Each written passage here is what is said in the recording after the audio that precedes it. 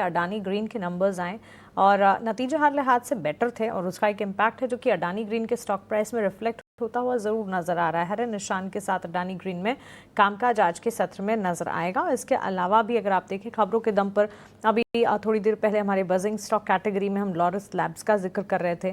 Company पर positive brokerage reports और positive news flows का असर है जो कि इस वक्त रिफ्लेक्ट होता हुआ दिख रहा है। हरीश, एक तो Adani green on the back of good set positive set of numbers stock में मूव है और साथ साथ लॉरस लैब में भी एंटीक की रिपोर्ट आई है, मोतीलाल ओसवाल की रिपोर्ट आई है। खरीदारी की राय तो है ही, लेकिन साथ साथ टारगेट्स भी रिवाइज किए गए हैं। अडानी ग्रीन इस वक्त दिन के उच्चतम स्तर पर ट्रेड करता हुआ, जो नतीजे हैं उसके ठीक बाद इसमें एक शार्प अपसर्ज है। दोनों स्टॉक्स पर आपका नजरिया जानना चाहेंगे।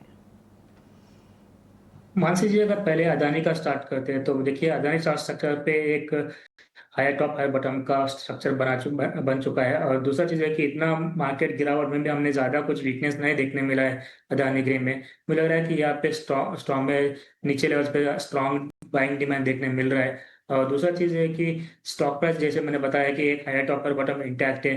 तो ओवरऑल अगर चार्ट स्ट्रक्चर में अभी भी तेजी इंडिकेशन है। और लेकिन चीज़ें है कि ऊपर की ओर 1100 के अराउंड एक रेजिस्टेंस जोन है, इसके ऊपर निकलने के लिए बहुत बार कोशिश किया स्टॉक प्राइस, लेकिन अभी तक कामयाब नहीं हुआ है। मुझे लग रहा है कि ये लेवल्स जो 1085 से लेकर 1100 के लेवल्स अगर निकल जाता है तो मुझे लग रहा है कि एक स्ट्रॉन्ग रैली देखने को मिल सकता है। तो फिलहाल के लिए स्टॉक एक सपोर्ट के पास ही है जो 970 से लेकर रिबाउंस हुआ था। तो मुझे लगा कि ऑलमोस्ट इसी के आसपास सपोर्ट जोन से। तो मुझे लग रहा है कि करंटली एक रेंज में कंसोलिडेट हो रहा है। जो ऊपर की ओर 1085 का रेजिस्टेंस जोन है उसके ऊपर निकल रहा है तो एक स्ट्रॉन्ग रैली देखने मिल सकता है। तो किसी के पास बाय है तो होल्ड रखना चाहिए, अभी भी थोड़ा वेट एंड वॉच करना चाहिए क्योंकि अभी एक कंसोलिडेशन में है। एक बार स्टॉक प्राइस जैसे बताया कि रेजिस्टेंस निकल जाता है तो मुझे लग रहा है कि स्ट्रॉन्ग रैली देखने मिल सकता है। ओवरऑल सेटअप देखा है तो तेजी का ही है।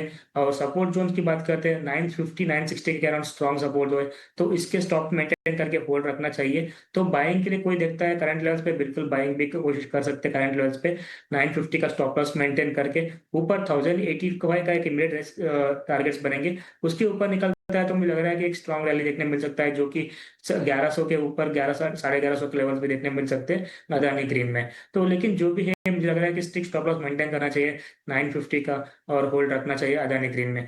और दूसरा स्टॉक में आते हैं तो लॉरस लैब। देखिए लॉरस लैब में हमने कुछ दिनों से लगातार रैली देखने मिल चुका है और ऑलरेडी आज के ट्रेडिंग सेशन में भी देखा है तो ऑलमोस्ट 6% का गेंस देखने मिल रहा है। तो मुझे लग रहा है कि इसमें एक शानदार रैली ऑलरेडी देख चुके हैं हम लोग। मुझे लग रहा है कि थोड़ा प्रॉफिट बुकिंग भी देखने मिल सकता है स्टॉक में, कि जितना शार्प रैली हमने देखने मिला लास्ट 2-3 हफ्तों से, मुझे लग रहा है कि थोड़ा वेट एंड वॉच करना चाहिए।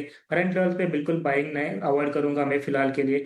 तो किसी के पास ऑलरेडी बाइंग है तो मुझे लग रहा है कि स्टॉप प्राइस रिवाइज करना चाहिए। और क्योंकि जिस तरीके से रैली ऑलरेडी देख चुके हैं मुझे लग रहा है कि करेक्शन भी बिल्कुल देखने मिल सकता है। तो उसके चलते मुझे लग रहा है कि स्टॉप लॉस रिवाइज करके होल्ड करना चाहिए। 820 का सपोर्ट जोन बना हुआ है अभी, तो 820 के सपोर्ट से आप बाइंग के लिए होल्ड रख सकते हैं। लेकिन स्टॉप लॉस की बिल्कुल स्ट्रिक्टली मेंटेन करना चाहिए कि जिस तरीके से रैली देखने मिल रहा है, अगर प्रॉफिट बुकिंग आता है तो मुझे लग रहा है कि ज्यादा डिप देखने मिल सकता है। तो 820 के स्टॉक के साथ मुझे लग रहा है कि होल्ड रख सकते हैं बाइंग के लिए। फ्रेश बाइंग के लिए मैं अवॉइड करूंगा लॉरस लैब्स में।